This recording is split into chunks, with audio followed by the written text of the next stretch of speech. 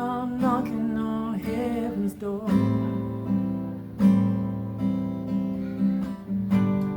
Knock, knock, knocking on heaven's door.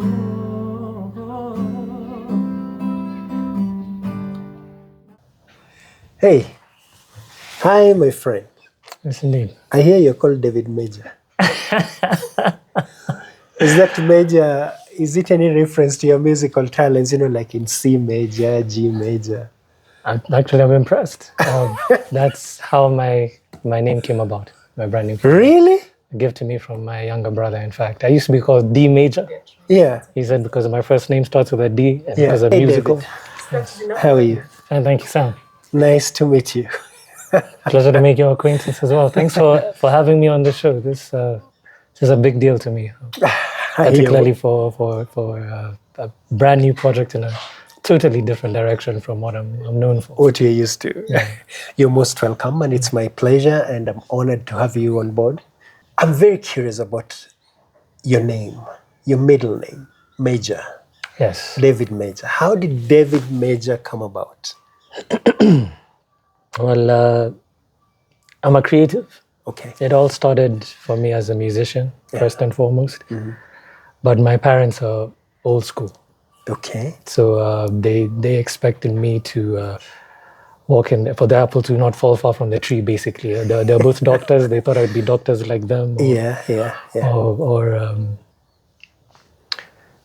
actually follow in a different trade, but a bankable one, because you present musician to a Kenyan parent in that era.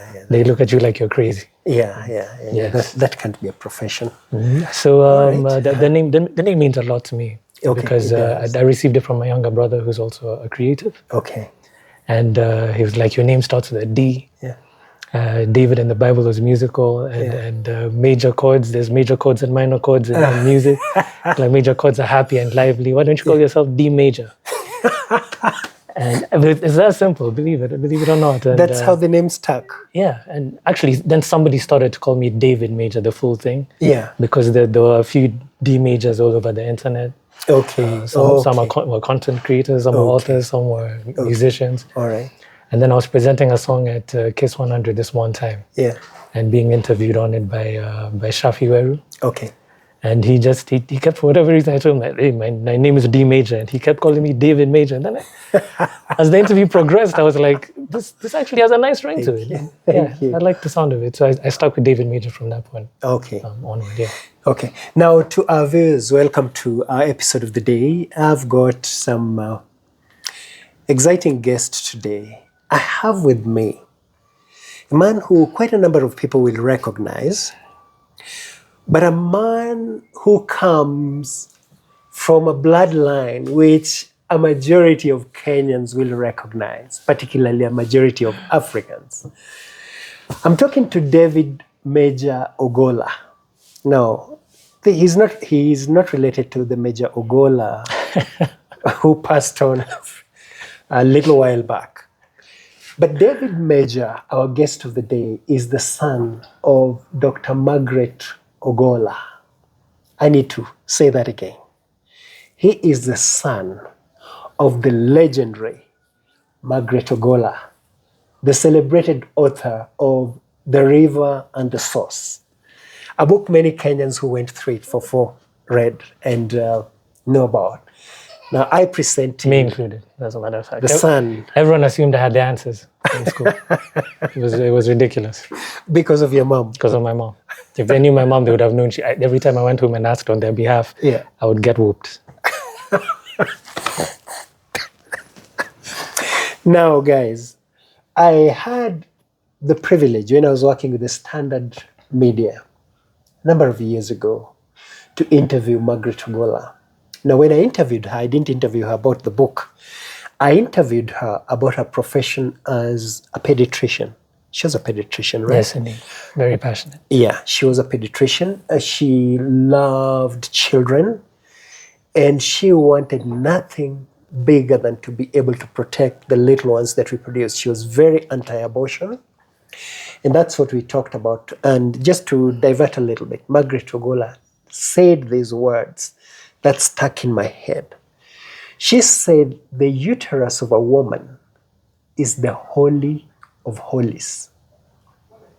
She said it's the purest part of a human being. And her point was that once you introduce contraceptives, especially the coils and everything, you create a pathway for germs to get into the uterus, etc., and a woman becomes infected. But we are diverting, but not very far. Because to use David's words, the apple doesn't fall far from the tree. David You honor me. has just written a book. Very much like a true son of a celebrated author. And here we are. Yeah. We're going to put Yes, the book better so for you to see. And you're going to have a chance to order a copy for yourself. Now, even though we've begun on such a bright note, this book is not always a very happy book. I've gone through it, and it's a book that can bring tears to your eyes because David tells his story. And our stories, those of us who've been touched by life in a very profound way, are never always happy stories, because somehow God seems to have coded into the fabric of life a rule that wisdom only comes to us through suffering. And David has hit rock bottom and risen again. My brother David, Yes. Yes. just when I began reading your book, I came across this, something that blew me completely away. David says in the introductory part of the book, if I may call it that, because it's actually not called introduction, but for me it appeared so. David says this. He says he was his own biggest obstacle. And then he goes on to say, true growth must involve unlearning just as much as it involves learning. Ndugu David, what were you referring to, mate? Well, by the time, I mean, you're a father, like I am. Yeah. So you've seen the level where a child like starts to learn, which I think by definition we can say now they appreciate what it is that their brains are receiving, or let me leave it at that, basically. But it's like they know, and where we learn by habit, basically. We're creatures of habit. Right. Repetition. Right. And you start something, you repeat it, Yeah. you might make a mistake. There's a consequence to that. The outcome is typically pain. You have to start it again. You get it right the next time. Yeah. You do it again and again. Yeah. And then it becomes second nature. Right. It becomes characteristic. It just becomes a part of you.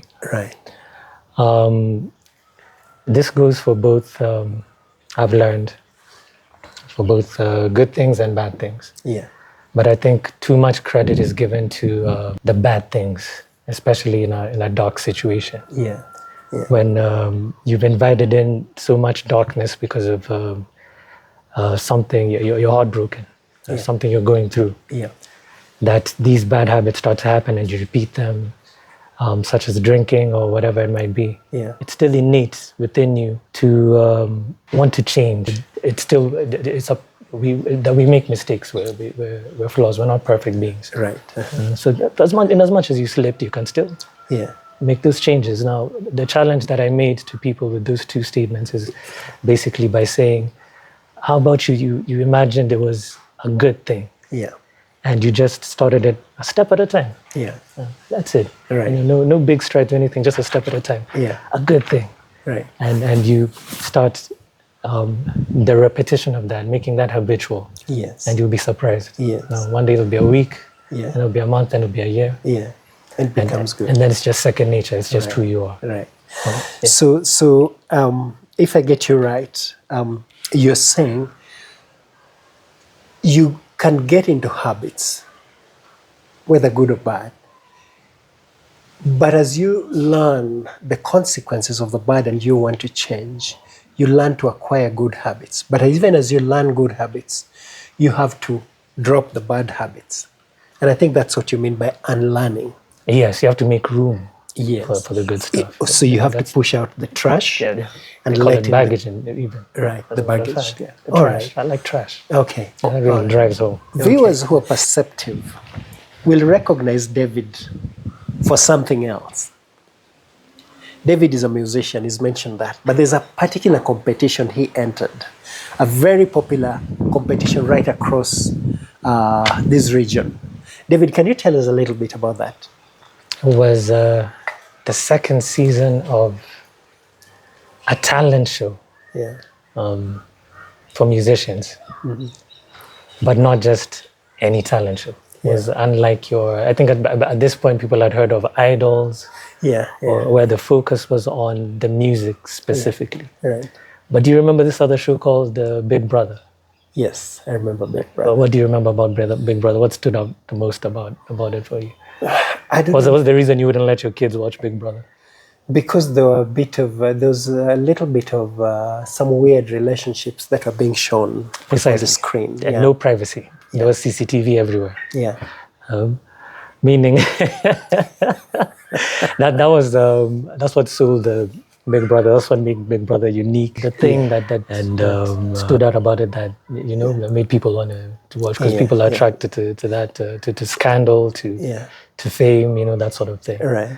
And here comes a show now where there are cameras everywhere, nothing is hidden. Yeah. And you're just captured behaving as yourself, as human beings to one another. Yeah, there's no space for cleaning yourself up and making yourself presentable. Precisely. Yeah. Because when you meet a human being, like the person you're meeting for the first time, I'd like to think of that as their representative. You're not fully meeting the person in their entirety. You'd actually have to live with somebody like kind of as man and wife. That's when you truly know. In a restricted space. As an analogy. But, yeah. So somebody had this bright idea to combine both the Big Brother concept and the idol concept. Yeah. Bring it into one thing. Yeah. These contestants competing for the prize of fame, money. Yeah. And a huge record deal that was going to change their lives. Yeah. Their careers, basically make their dreams come true all in one package. Right. What was the show called? But there was a take. Let's bring It was called Tusker Project Fame. Right. Like I said, I was in the second season. So you can imagine, second season is still exciting. It's a big deal. Everyone wants to know what's... the gossip is all over. Yeah. Spread like wildfire by this point, thanks to the first season. Yeah. So that's what you have to sacrifice. Your privacy and you have to let the world basically see you. Yes, yeah. It's almost see you naked, as it were. Yeah. All right, David. And how was your performance during the show? Well, I was second runner-up, so I'd like to think pretty good. Yeah. That's because the competition was hot. I watched it. It was actually. It really was. It was very hot. So to come as second runner-up, that basically means you did very well. I assume sometimes if you sit in some of those judgment seats, the judges have a big problem deciding between 1, 2, and 3 who's the best. So we could speculate that you almost won it. Yeah, suppose so. Okay. David, fame, not just because of your participation and getting very close to winning Tusker Project Fame, brought you good things. What were the good things you got as a result of the show? The show actually came with good things itself. Good tidings itself, because you don't just audition, give it your best shot, and then you're invited in, and then you just compete with each other all the way to and then have the audience vote for you. Right. You have coaches that are assigned to you along the way. Yeah. And we were very fortunate actually to have for the show to actually have selected very amazing people to play that role. All right. My coach was the later Chengabura, God rest her soul. Yes, I remember Chengabura. And there's so much you can learn from somebody that's a musician herself, that's been in the industry, successful in fact. The precise reason they called her in. Yeah. And there were conflicts at times. All right. Because you sort of see yourself as an artist in a certain way. Right. and you know these are the songs that if I sing for certain, I will win. Yeah. And then here comes a coach. Here comes along a coach from a different generation, sort of that listens to different things from what you do, and she challenges you with different songs that she hears you winning the competition with. Yeah. And at times you don't have a say in that. You have to accept. Yeah. You have to accept her choice for you. And at the time I didn't see it, but in retrospect, there was growth in that. Right. It widens your knowledge of the different genres, the different types of artists. Even informs you of the capability of your own vocals. Right. Because they actually stretch you beyond your comfort zone. Yeah. Okay. So David, but there were also some bad things that came with it. If someone had told me that there's a certain level of, I'd have to give up my privacy. It almost felt like I was being watched by the government once I stepped out. Big brother. Yeah. You're in a show where you're being watched, and then you come out, and then all of a sudden now, like, the whole world knows who you are. And that catches you by surprise. It does. Nothing can prepare you for that. It does. And if you know Kenyans are very, they can be in your business. Almost like they don't have any business of their own to attend to. Yeah, they can. I think there are guys out there who are just seated with their phones or their computers looking out for other people's businesses. Yeah. Acting like they're you, acting like they're journalists. When you are an actual journalist, you know what I mean? Yeah, I hear you. And they feel entitled to they do feel very answers. Entitled. The answers to their questions and that kind of stuff. So that spotlight was the biggest disadvantage. You couldn't just go somewhere and be a normal human being the way I was used to. Yeah. Now, I want you to talk a little bit, give us what we might call a synopsis of your book. But before we do that, your mom is somebody Kenyans treasure. I mean, I talk as though she's still alive because I think to Kenyans who read her book and interacted with her, she's very much alive. Could you tell us a little bit about your mom, your family, where you grew up, how you grew up, how many you were?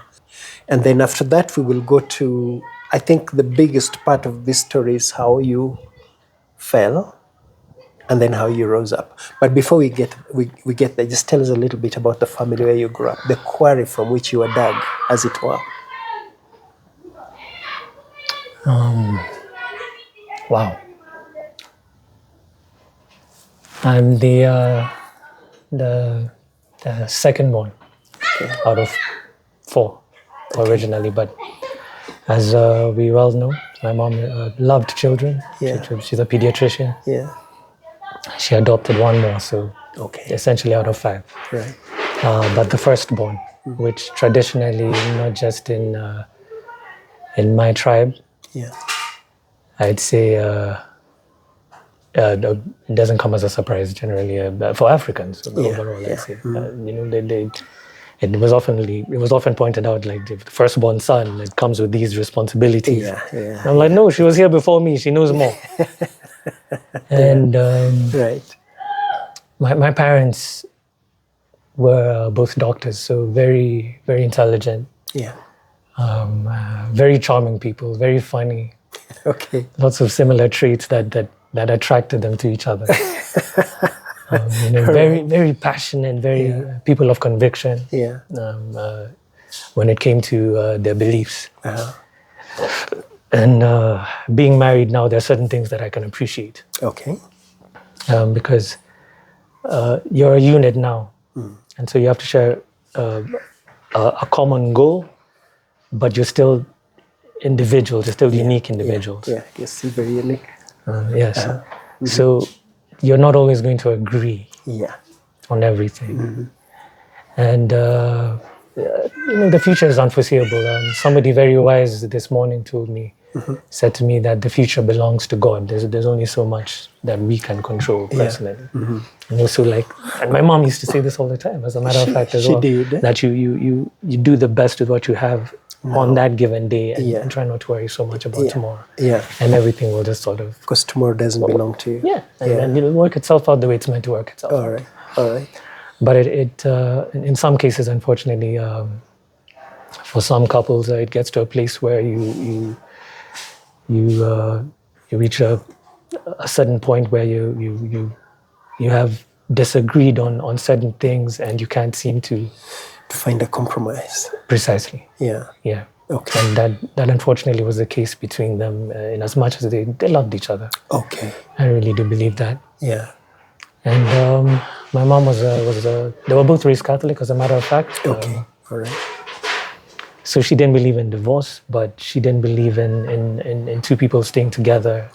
If they were not... Yes, at the expense of everything else, especially the children being the most... Yeah. The children being the most affected. Yeah. You know, so they did it for our sakes when they separated. When they separated. Okay. Yeah. Okay. Was there any violence involved? Not for long. If you know my mom, my mom is she wasn't a black belt like my father, but she was a feminist. She was a woman of conviction, as I've said. She was a very staunch Christian. She didn't believe in violence whatsoever, but that didn't mean she wouldn't stand up for herself or what she believed in, or stand for violence. That sort of craziness. Right. So she didn't let my dad push that too far. Okay. She didn't let him push it at all. Let me put it that way. In fact. Yeah. All right. And your siblings, they're alive? Yes. They are. Yeah, I'd say so. Okay. All right. And what kind of man was your dad? Like I said, charming, funny, very intelligent,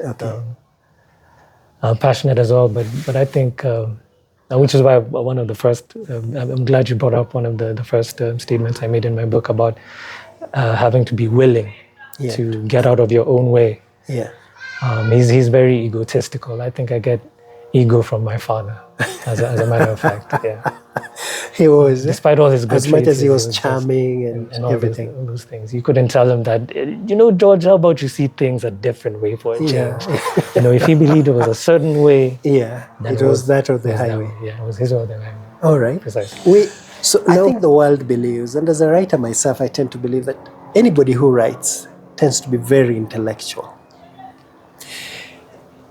I mean, being a doctor, of course, involves a lot of reading, but you could say that you read medical stuff, so that's quite specialized.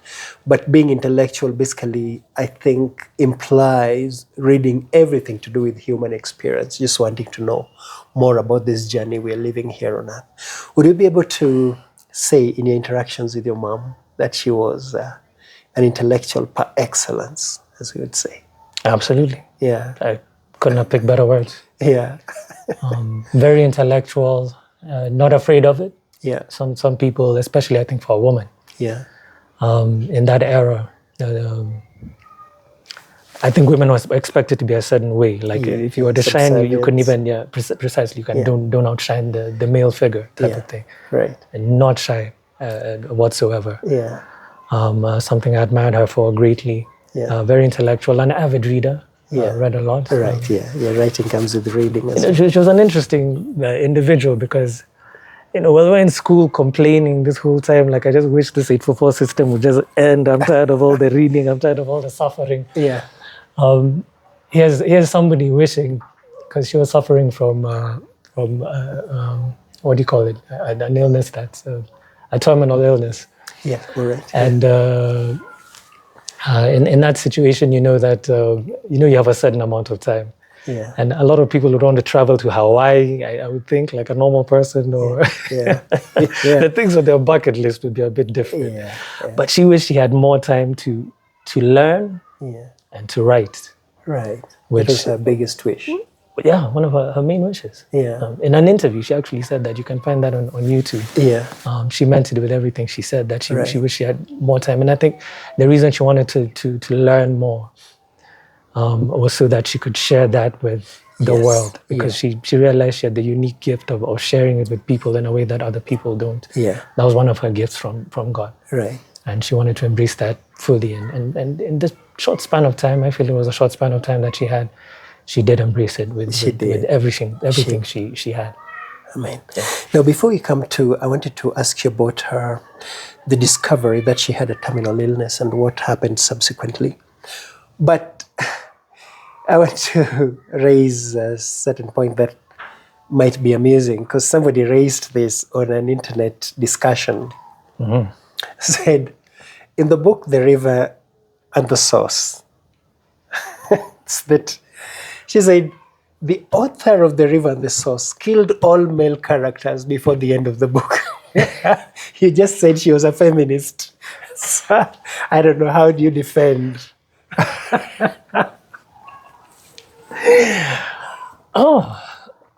Somebody was paying close attention, when they read the book. Somebody read it very well.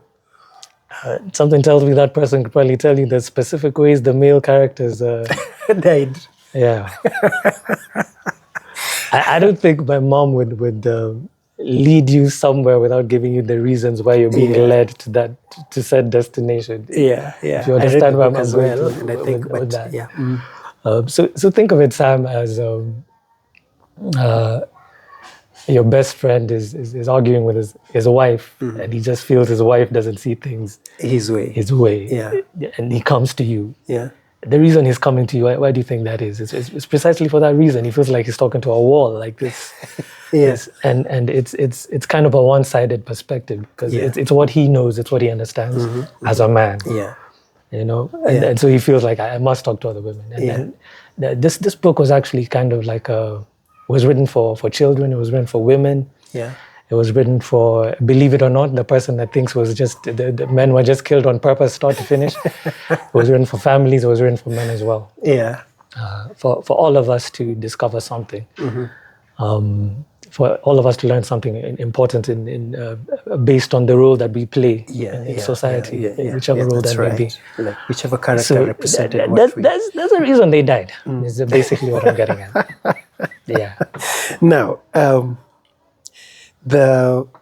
what did the book The River and the Source have any effect on you? Did it have any lasting impact? Anything that somehow seeped into your soul? Anything that you can identify? Just mainly, if I had to pick one thing and nothing else, for instance, her bravery. Yeah. Because in that time, it was like she was doing it against all odds. Yeah. I've written a number of books. And here is your mother, a pediatrician, no less. I mean, we know how even the public clinics that take care of children are packed from, 6, although if they were open, they would be packed 24 hours a day. So I'm imagining your mom's hands must have been full. Yes. How do you think she was able to manage that, especially as a wife and as a mother as well? What did she used to do, first of all? Was she working with the public? Was she working at a public facility? Mother to 4 at some point. Yeah. Intentionally. She would often tell me she actually wanted 4 children.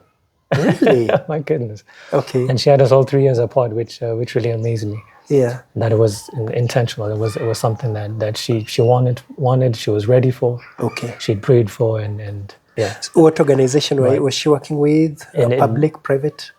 And yet at the same time, when not on breaks, obviously she was a pediatrician, for instance, at for the longest time at Kotolengo Hospice. Okay.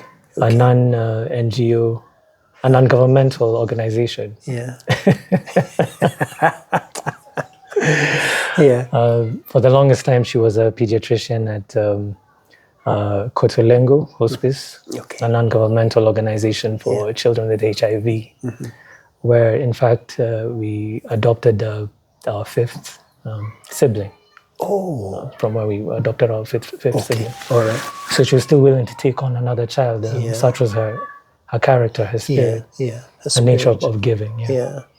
All right. So it's no surprise that she found herself in such an organization as well. And she still found the time to write, to be a husband, to be a wife. Sorry. And to be a mother to us while still pursuing her dreams. Just a woman of conviction, very strong. Yeah. In all honesty, I've never met anyone like her. Anybody more profound. Yeah. She was a profound person. I mean, I sat down with her and that lady just turned my head like this. She was so powerful in her convictions. She was very eloquent in expressing her beliefs, she didn't lack the words to say what she. And this was at a time when contraceptives were being pushed all across this country. Such topics. And she was standing, a medical doctor, speaking against contraception that is being pushed by not just the United Nations. We are talking of the World Bank. We are talking of all these big organizations and the government under the sponsorship of the so-called developed world. And she spoke at a meeting. I remember her voice was so loud. I mean, everybody listened. And after she spoke, all the guys who had been busy pushing contraceptives didn't speak. Everybody else, I think they just tail between their legs, they disappeared because she spoke quite powerfully. Now, this Kenyan legend, your mother died. I know for me and for a lot of ordinary Kenyans, she was a great writer, a great daughter of this nation. But for you, she was a mother. Could you tell us a little bit about how she fell ill, how it was discovered, and what eventually happened that leading to her demise? How she fell ill. That's it's an interesting question. Yeah. Because that's something I had to struggle with for the longest time. Yeah. To even get to a place where I could write this book about finding myself. Yeah. How does somebody get a terminal illness such as breast cancer? Yes, because typically... It's okay. How she fell in. How does somebody... It's okay. This is a family show, so the kids are adding flavor to it. Yeah. Something I struggled with during my existential crisis when she died. Yeah. How does somebody get something such as breast cancer? Yeah. Because typically, the way the universe has been created, you make a choice, and there are results based on those choices. Yeah. There are outcomes. Yeah. Consequences that come with them. Right. Right? Yeah. And that seems fair. Cause and effect. And then something like breast cancer, you get it out of nowhere. You didn't smoke. Yeah. You didn't drink. Yeah. You could have left to different types of cancer. You just get it. Yeah. And so I find that to be a very interesting question. Right. I don't know when she got it. Yeah. Come to think of it. Right. I think she found the appropriate time to tell us, being the type of person that she is. Okay, so you can't tell how long she thought through this, how to break it to the family, between discovering she had it and her breaking the news to you guys. You're not. I wouldn't know for sure, but if I had to guess, I'd say she didn't overthink it, because she knew this is the type of thing you don't hide. Okay. She has to tell us sooner rather than later. Right. Okay, David, your mom died from cancer. What would you say if you're able to process this? I know grief can be very difficult to process. How would you describe the impact on you? Devastating. Nothing short of devastating. Sam, I feel friendly with you, so I feel like I can just open up a certain way. Yeah. And you're a bit older than I am. Yeah. But I feel like we're still raised in a similar time span and a time frame where we're raised a certain way to believe things in a certain way. So what's your understanding of a miracle? Kind of sounds magical, right? Like as kids, like we're taught. Yeah. I feel like we're taught, like, if you pray for something like very hard right now, this very second, God will provide it in like this magical thing. Like, I really want this lollipop so badly. God, like I got an A in math. I deserve this. And then, type of thing in that manner. Mm. And then you grow older and you realize that life is not so simple and streamlined, so straightforward, and and magical. Let me just use that word. Yeah. things start to make more sense, and sometimes in a difficult way, which is something I want people to understand in this book. Like I came to that realization that what happened to me was still a miracle. Yeah. I didn't get a miracle like I wanted from my mom, because I actually prayed to God, like, heal her. This is one of the best of us. Yeah. One of the best human beings I know. Yeah. If she was to leave us, it would destroy this family. Yeah. And several other lives that her own had impacted. Yeah. By extension. Mm-hmm. And it just felt fair, and it just felt like it would, I mean, if Jesus was to appear out of nowhere, I wouldn't be surprised if some of us would actually just want him to prove who he is. Yeah. We'd want him to perform a miracle right in front of us just so that we can believe it. I need Jesus. Let me just get a basin of water real quick. Yeah, turn it into wine. No, stand on it. Or actually turn it into wine. There's a couple of tricks you could could catch. I wouldn't have thought of that one. Right. We'd want that, as human beings, that's what we want, like prove it, show it, type of thing. And her faith surpassed that. One of those things that I admired about her as well. Yeah. That allowed me to believe in the concept of a miracle again, just from a different perspective. Yeah. That there's a much larger picture that's beyond us. Yeah. That I just had to accept that we simply can't understand. Yeah. Right. Okay. So I accepted that she got this disease that she didn't deserve to get. Right. Maybe I like to think that it was her time to cross over. That this thing we call life is in the last part of the journey. Yeah. And through that transcendence, she crossed over to a better thing, to a better place. Yeah. Right. And that she's no longer suffering. Right. That's what helped me get past it. The most, because to see somebody go through a terminal illness of this nature is, I wouldn't wish it on my worst enemy. Let me put it that way. Right. So that's one of the ways I dealt with it. So in that regard, also, you just look at life and you realize like there's things are the way they are. Yeah. And such as just a difference, polarization. There's darkness and there's light, and you can't have one without the other. Yeah. There's positive and there's negative. Can't have one without the other. Right. There's up and there's down. Yeah. And when you go through an existential crisis, now you ask God, like, why didn't you just make it a down?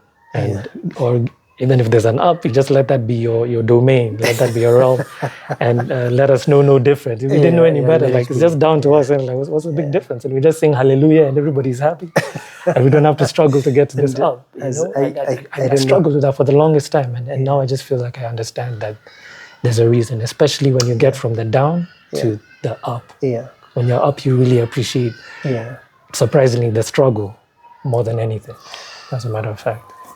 Just your words remind me of the fact that I also lost my mom. And in that period, one of the things I realized in my struggle to just understand grief, why good things happen to bad people and bad things happen to good people.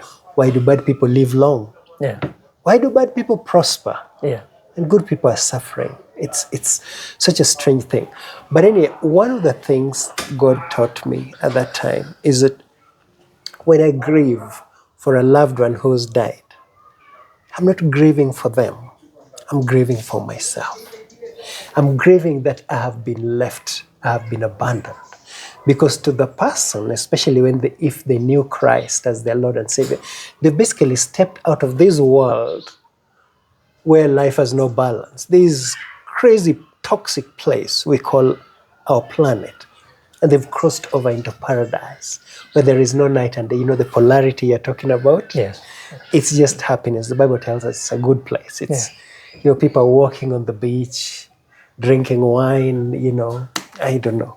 But anyway, it's a good place. Yeah. It's a good place. Yeah. So even as you grieve, my brother, I think it can be difficult to get over the death of a loved one.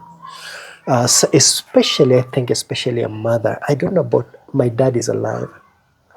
But when my mom died, I felt like... You agree for your dad? I mean, just in different regards. In a different way. When my mom died, I thought, this thing we talk about, the umbilical cord, I almost felt like the pipe that brings oxygen to me had just been severed. And I remember I was somewhere and I began to actually gasp for breath, like, like a fish out of water. I don't know if that's the right word. But anyway, I pray that as you continue to deal with the reality of your mom's passing and all the sweet memories that she left you, that will be a kind of energy that pushes you to move on, to live on, to do great things, to try and live and probably, if possible, surpass her greatness as we know her. And that which is what you wanted as well. Yeah, so that's what she wanted. Thank you, sir. I guess it's the desire of every parent that their children may either reach where they are or surpass them, so they leave a legacy. And you have a beautiful little girl who looks up to you, and she's named after your mom, I assume. Oh, no doubt. Yeah, absolutely. So I know that pushes you to do your utmost, to not do certain, to unlearn, as using your own words, to unlearn certain things, which then brings me to the profundity of your book. Your book tells the tearful, heartbreaking story of your descent to a very dark place and you're rising again. Could you retell what you tell in this book in a brief way to our audience? Just tell so them that they buy the book. I don't want to tell the full story of it. Well, it's a good story for buying the book, but I think most profoundly for me is that David's story, as I got to learn it both from him as well as by reading this book, is in a very unique way the story of humanity, the story of our struggle on this earth. Because I think we struggle with a lot of things. We struggle for food, we struggle to pay rent, we struggle to bring up our children, to take care. But the greatest struggle of mankind is, what are we doing here on earth? Why are we here? Existential, indeed. Very existential. Yeah. And I think you probably in a very unique way, probably more than other people would, experienced it. Coming from a family that we would call well-to-do, because if your parents are doctors, you're basically living a life that the average Kenyan doesn't live. Yeah. And which is why they, in all fairness, expected so much from us because of how much they were giving, how much they gave. Exactly. We lacked nothing. Yeah, you did. You lacked nothing. In all fairness, which I'm most grateful for. Yeah. And then you slipped from there and plumbed the depths. Yeah. Can you tell us about that? I think that the lesson begins with, as you've said, having so much. Right. Having so much to not having it, to the lack of it. Right. All of a sudden. Yeah. I think one of the words that comes to mind and that has stuck with me from this entire experience is humility. Yeah. But initially, because I was grieving, and there was a lot of unresolved stuff where that was concerned. We weren't grieving together as a family, for instance. We were apart. As you know, my mom and dad were already separated. So my dad already found himself, or had put himself in a position where he didn't know how to come back after all those years. Yeah. From our formative years until this point in our lives, to play his role as a leader now, right? And sort of bring us together as a family once more. So everyone was just grieving on their own for this very incredible woman whose loss had torn us apart inside out, basically. Yeah. I think that would be a nice point for me to interject, because David actually says those words in this book, and it's one of those unique things that grief can actually tear people apart. David says, and I think this is worth just reading verbatim, and I'll read for you. He says, sorry, where do I start? Because at the point where his mom died, and now I quote directly, there was nobody to resonate with because those closest to me were also feeling alone in their grief. That's deep. That grief can actually, when at a point when you need each other to get together, give each other energy, cry together, and be united, that grief can actually drive families apart. Can you talk a little bit more about that? So that's what it did. It did. It split you guys. Basically. They never got a chance to work it out, my mom and dad. Yeah. And I believe a strong marriage results in a strong family. It's without a strong marriage, like I said, the kids are the most affected. Yeah. It affects them the most well, it affects them badly. It does. Basically. Yeah. It just seems like such a big question. I'm trying to divide it and then answer it. Okay, I think just to help us along, what I'll ask then that if you could just speak about your descent, you're plumbing the depths, and then talk about that, and then after that you can tell us a little bit about how you got up again. So here we are. I did well enough in school. I was a kid that doesn't know how to speak.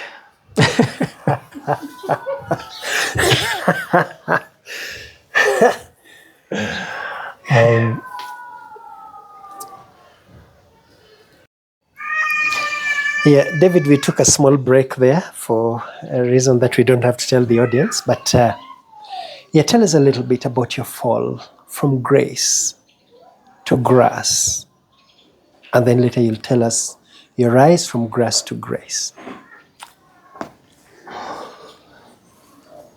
Freedom. Yeah. I'd have to say freedom. Sam, you and I, we're going to get to that age where our daughters are at that age where we just have to let them learn for themselves. Yeah. Type of thing. Yeah.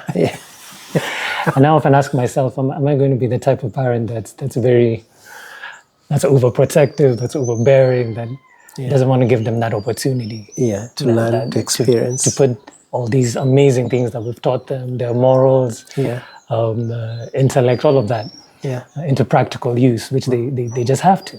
Mm-hmm. So I was a pretty decent kid in school.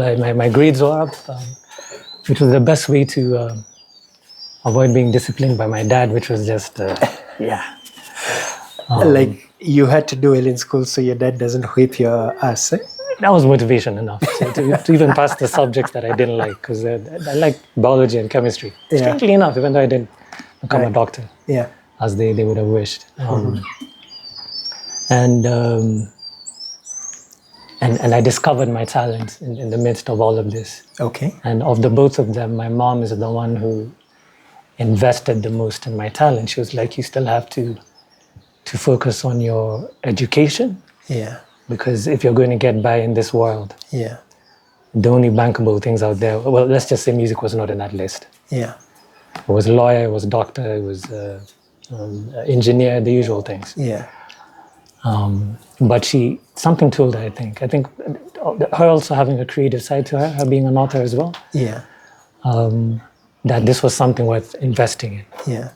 And I think that's important as parents, that we, even though we might not understand it ourselves, having come from our generation or the way that we've been raised, our experience, our exposure, what we know, you shouldn't necessarily project all of it onto your child. Yeah.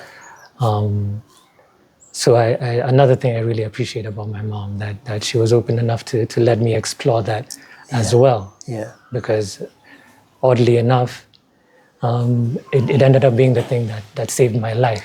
Because I ended up on this huge show, Tusker Project Fame. Yeah. I become famous because of it. Yeah. So if I was just this random homeless person on the streets, just wasting away, Yeah. the news would not spread like wildfire. It wouldn't have gotten out there as quickly as it would have. That's right. If I hadn't become that famous because of my talent, Right. which I got to invest in from a young age. Right. So it's crazy how things work out in the universe. Yeah. Kind of has like a hidden domino effect we don't know. Yeah. We're unaware of. Right. So my dad not so much. He didn't understand it. Okay. But my mom can be very persuasive. So even when it came to getting me to go to sound engineering school, her cancer was back. What's the word for back? All right. Had returned, so she couldn't afford the fees by herself. But at this point, she was tired of fighting it, of fighting me. Right. Because I kept telling them that this is that. I even actually quit. I was at some point, my grades were good enough to allow me to study pharmacology. Okay. And then I got word that she was in the worst phase of her cancer, and that at this point they've tried everything. Yeah. She for sure was going to die. And I was in South Africa at the time. So I didn't have to think twice about that one. Right. And as much as I knew I was disappointing my father especially. Yeah. And both of them, Right. to be honest. Yeah. So those two things, knowing that I wanted to follow this path and not wanting to be away when she passed, were the two main reasons that I quit and I came back. So that's the gravity that my talent holds with me. I consider it a divine gift, a gift from God. Yeah.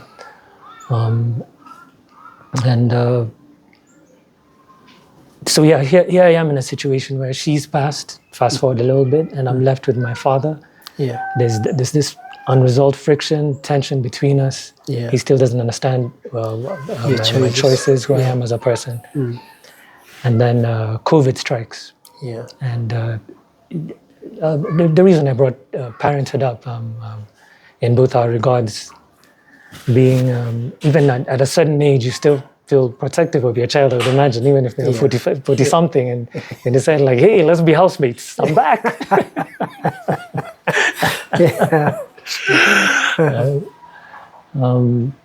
And he had really wanted to prove to me that particular choice in my life was wrong. Okay. He just now, this is where the ego comes in, decided that this was a good time to really drive the message home to let me learn, which is through the hard way experience, being the hard teacher in many ways, a lot of the time. So he was like, there's no way I'm allowing a grown man to move back in with me. Yeah. Somebody whose school fees I paid. You get that lecture, the famous lecture. I changed your diapers, I paid your school fees. Yeah. I made all the sacrifices for you, and if you just done this, you wouldn't be in this problem. Yeah. Had a great career that makes you money. You'd have had money that you'd put aside for savings. Yeah. You'd have had insurance, that sort of thing. All of that stuff. You wouldn't be in this situation. Hell, even if you moved in with me, you'd be the one who's taking care of us, or taking care of yourself at the very least. Right. He was hell bent on teaching me that lesson. Okay. During this is the period after your mom's passing. He chose COVID when he teach me the lesson and send me away. Right. Yeah. And in his view, you refused to learn. Oh, I'd already refused to learn. By the time I was coming back, like the lesson was, I think he even came for one of my karaoke gigs, actually, as a matter of fact, and had a good time. Right. And had a few drinks. Yeah. Back in the old days.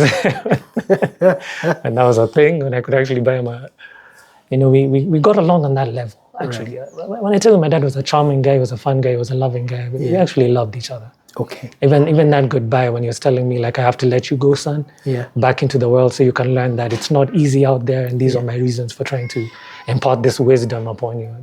This knowledge was for your own good, and you just kept fighting me every chance you got. Yeah. I don't think he understood that him being his age, there are just certain things he'll understand that I can't. Yeah.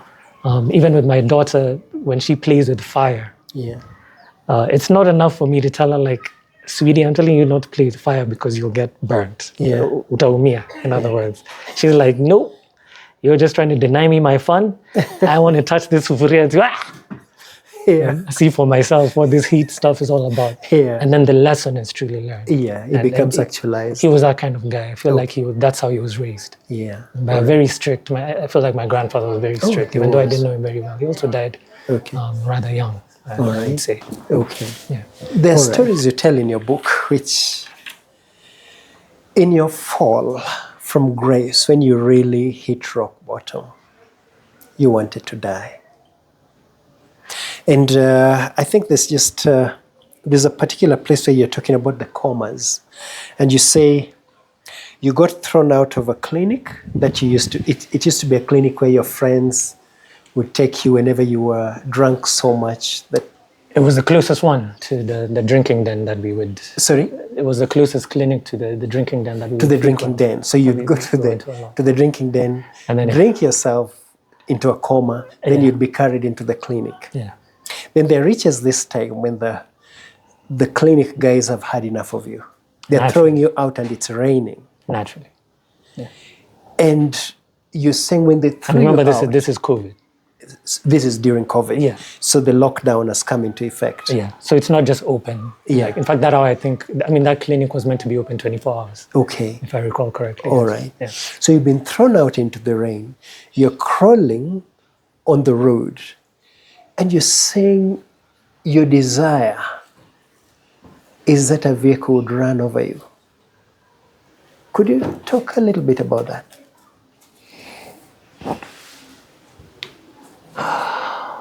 So the combination of the unresolved grief and the drinking.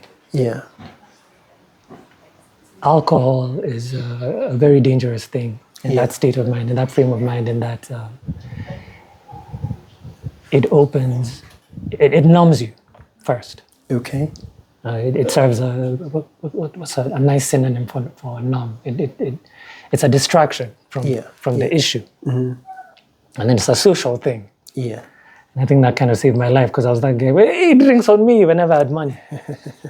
So I was a giving person. And, karma does come back around. People are kind to me in return. I think that's what kept me going. That's why they would take me to the clinic. They'd give me an occasional meal. Yeah. And what would I do? Because I have all this unresolved stuff. Yeah. I get strong enough to go back and drink. Yeah. Right. And in as much as you're supposed to care for your neighbor, mm-hmm. The saying in the Bible actually does say, the verse in the Bible actually does say, love thy neighbor as you love thyself. Yeah. And I don't think I appreciated the meaning of that fully. Yeah. Because it's love thy neighbor as you love thyself. Yeah. Thyself is included. Right. It's a very important part of that. You can't love another person while hating yourself. Yeah. That right there is the definition of insanity. Mm-hmm. And you just get sent into Madari straight away. You might as well do yourself a favor. And it wasn't fair to ask a group of people, and the people in the clinic in this situation, that had gone out of their way to keep letting me come back. Right. And they'd honor their duty to save life. Yes. Which they'd taken upon themselves. They'd honored it. Yeah. Severally. Gone over and above, in fact. Yeah. To try and save somebody that hasn't figured out what's going on with them, that in a way that they can't. This, I think, now is where now a therapist or a psychologist would come in. You see what I'm saying? Like, they can only provide help up to where their skills allow. This is all they knew. This is the kindness they could show. Yeah. So beyond that, for me to expect further as a human being, I felt was unfair. Yeah. You know, so when they reached, and everything has a breaking point, even a rubber band, it can stretch and everything. Exactly. Everything It's elasticity. When they got to that point, even I didn't fight it. I just realized it's like they have to close down the shop. There's all these things. They have their families to attend to as well. Yeah. And that made me even more sad. Yeah. It just depressed me even more. It depressed you more. You know, the grieving over my mom and everything. Yeah. And I don't know. And drinking just sort of opens up that dark hole even more. Yeah. And especially when you're alone. Place. It's a very social thing. If you're by yourself and you're just faced the only reflection before you is you and all your sins and all the darkness. You descend very quickly into such a place. Right. That's hard to come out of, and that was suicidal for me. Never experienced anything like that, and it just felt like the easy way out at that point, because there was a road right in front of me. Yeah. And I'm not the type to actually take a knife and actually slowly start. Yeah. Not to make light of it or anything. Yeah. It felt easier if which just also felt selfish. Another reason, if you read further, why I picked myself up from the road and just decided, let me go and die of hypothermia. That's easier. Why do I have to involve another innocent family man trying to dash back to his family, try to get him to run over me and ruin his night? In fact, and his I life have to read this for our audience because these words go deep. You say, as my shame, sorrow, and tears overwhelmed me, it occurred to me that the solution was right there in front of me. Okay, you didn't say in front of me, but let a car ride over me and mercifully crush me to death.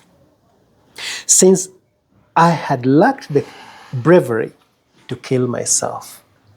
And then you go on to say just what you're saying. Yeah. Every vehicle that came toward you, the headlights would catch you and the drivers would swerve. And the very death you wanted to come over you seemed to not want you. Or as decent human beings, yeah. Yeah, very decent human beings. I think it's in a James Bond movie where a character says that life clung to me. Seemed like life clung to you. Refused to let you go. Very frustrating. Yeah. And then you're relieved afterwards, strangely enough, in as much as you're still in that dark place. Yeah. And that you didn't involve somebody else in your mess. Exactly. Still. Yeah. At what point do you somehow, in your despair, in your despondency, you get some light, I don't know, some energy, some spark of electricity that makes you think, I don't have to die. I can actually raise myself up again. What happened there? Let me start by saying it's a long journey. Yeah. It varies. Longer for some, not as long for others. Yeah. That's not the point, but it's a long journey. Yeah. I want people to know that, and not to scare them away from that or anything. Just to let them know it's part of it, and if anything, they should embrace it. Yeah. It's the journey. It's the things you learn in that journey that make you stronger. Right. And keep you from going back. Right. But the turning point, to answer that specifically, I would say is at the beginning of that journey. Right. And I like your questions a lot, Sam, I have to say, because that makes me rethink things from a different perspective, or see things in a way that I hadn't before. All right. Appreciate them even more for that purpose. Right. Okay. You're very intuitive. It was at the beginning for me because I'd already given up at this point. Yeah. When I was found. Mm-hmm. And God decided in this moment He wasn't done with me. Mm-hmm.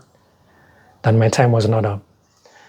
And He did it in the most fascinating way. God is just, He really is the author. Yeah. You think you're an author, He really is the author. Yeah.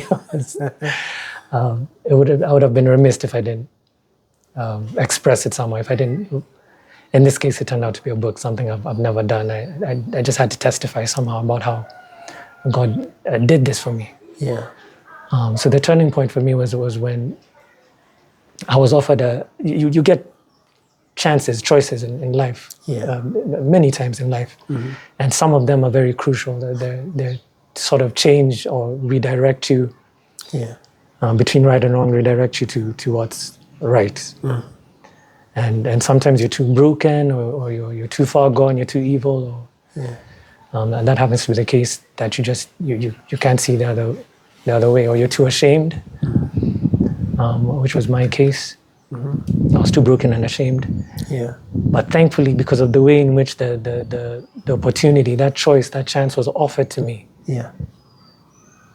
I was even shying away as describing miracles as magical in the beginning. Yeah. But it was kind of magical the way it happened. Right. Because, and I don't want to give away too much, because that's one of the core things in the story. That's one of the things I want people to discover in the story by themselves. But God meant for it to happen in that way, in a way that would mean something to me. Yeah. And that was like the what would I call it, the last straw. Okay. Like if I'd chosen to not, if I had not chosen life, in fact, that's the best way to put it. Yeah. That would have been it for me. Okay. I think it came to me in a way that it had to be my choice, that they couldn't make the choice for me. Yeah. And all I had to do. Yeah. And this is the amazingness of God's grace. Yeah. All I had to do was want the choice for myself. Yeah. Reach out and I just touch had to just Yeah. want to do the right thing. Yeah. That's where it had to begin. All right. And when I decided I don't want to die, Yeah. just that alone. Right. I didn't know I was going to get everything right. Yeah.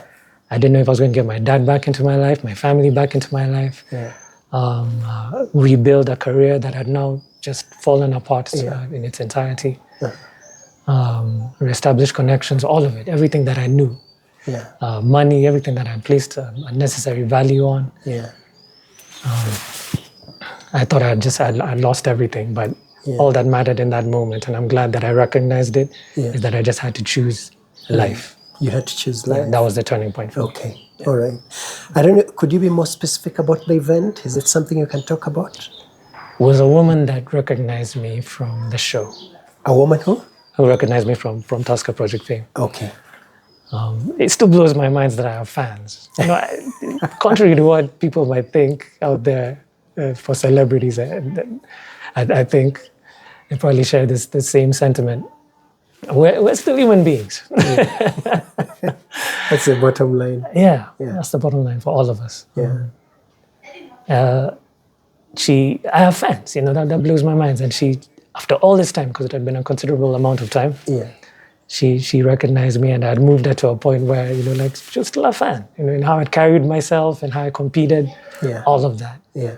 And she decided to stop and do something You were about in it. the street. I was in the street, Yeah. covered in my filth, hadn't eaten in a while. I'd probably been in a few comas. I had to black out sleep. I describe it all in the book. I was a total mess. Yeah. When you have seizures, you chew on your tongue, so I couldn't even communicate. Yeah. It was basically sign language, the way we communicated, she and I. Yeah. Do you want help? Yeah. That was basically it. And that didn't deter her from giving me a chance, from giving me an honest shot, because she looked at the picture once she recognized who I am, and she said to me and to herself, she said out loud, as a matter of fact, that this doesn't sit well with her. This doesn't feel right. Yeah. And she decided to do something about that. And, Yeah. and it blew my mind at that moment, despite my sadness, despite my shame, Yeah. that there are people out there that are willing, that are that have that kind of benevolence and that kind of kindness. That kind of kindness. You know, still out here in a world that you've given up on, that you think is just toxic and going to hell anyway. I don't know why you didn't just stop at Sodom and Gomorrah. You know, all these questions start to come to haunt you again. Yeah. I'll stop with the jokes, I promise. Yeah.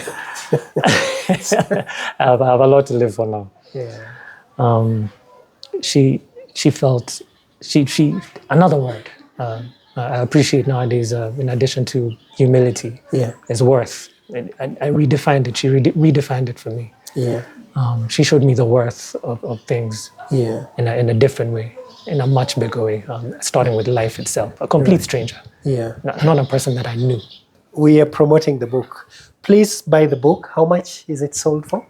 Currently, the hard copy is going for 600. Okay. This first batch of 50 copies, after which it goes back to the original price of 750 shillings. Okay, all right. It was about getting the testimony out there, Okay. really more than All about right. the... So the book is available for 600 shillings for a brief period of time. Oh, the ebook is also available. The ebook is available as we well. do live in a digital era as well. I haven't forgotten. Okay. We'll share the link here below. Yes, so feel free to subscribe. Please subscribe to this channel as you make comments on this wonderful interview that I'm a part of right now. Okay. Thank you, David. Your life has changed a lot. Yeah. I mean, from some of the pictures I've seen and who you used to be, your life has made an upturn. And you have a beautiful family. I've been privileged to get to know your wife and your daughter. You're a very beautiful, gifted daughter. Yeah. You grow up so fast. Don't you? Yeah. I think the most profound thing about your daughter is the gift she has. She's how old now? Speaking of that an amazing set of lungs that she has, just like her dad. How old is she right now? She's 3 2/3. I'm not sure how you would measure that. Basically, she's older than 3. And I've heard that girl singing at the top of her lungs and playing drums. That's definitely from my side of the family. Well. She's quite a drum, actually. Very the apple didn't fall far from the tree. Yeah. This apple hasn't fallen far from the tree. It's quite something to behold. It's amazing. Yeah. Tell us, just touch a little bit in terms of closing, touch a little bit about your family. Well, I'll refer back to the book on this one. If you notice, like the first thing I read about is purpose.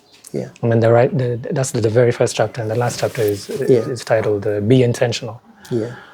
And I'm glad I was guided in that way, because I told God at some point that I may not be able to see the bigger picture, but the direction you lead me in, I will follow. Yeah. I will have faith and I will follow. Yeah. And I couldn't have known this amazing blessings what was in store for me. Yeah. And so it was an amazing gift in that it grounds you. Yeah. Every person needs a purpose and a foundation for them to now go and explore something that anchors you. Yeah, that's the main lesson that I've learned from this entire experience. Right. And that's what my family does for me. Okay. Yeah. Thank you, Dave, for sharing the story of your life with us. For the rest of the story, we want to ask our audience to buy the book. The book is available. Yes, please. And we hope that as David continues to prosper in the place where God has planted him, he's going to come back and share his story with us. Thank you for now and goodbye. Buy the book. Remember to buy the book. The link is attached below, but you can also make a phone call. We'll get the book to you. Right next to the subscribe button. Yes. Ladies and gentlemen. Yes. Thank you. Okay, goodbye, our audience, and God bless until next time.